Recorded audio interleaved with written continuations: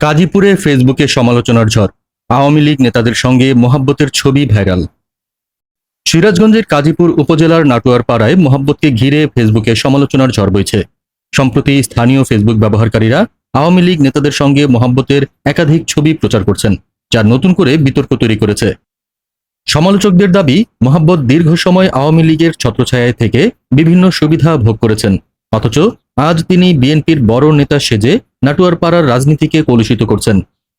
ফেসবুকে ছড়িয়ে পড়া সমালোচনায় কেউ লিখেছেন যে একসময় আওয়ামী লীগ নেতাদের সঙ্গে চলত, সে আজ বিএনপির রাজনীতিতে বড় নেতা সাজছে। এই ঘটনায় নাটুয়ারপাড়া ও কাজীপুরের বিএনপি নেতাকর্মীদের মধ্যে মিশ্র প্রতিক্রিয়া দেখা দিয়েছে।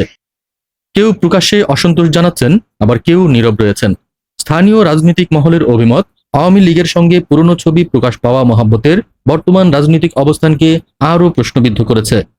ভদ্র গ্রহণযোগ্য নেতৃত্বকে বাদ দিয়ে যদি বিতর্কিত ব্যক্তিদের কেন্দ্র করে রাজনীতি হয়, তবে তা সংগঠনের জন্য বড় ক্ষতির কারণ হয়ে দাঁড়াবে। Zakaria Mubin, SMP news 24 news desk.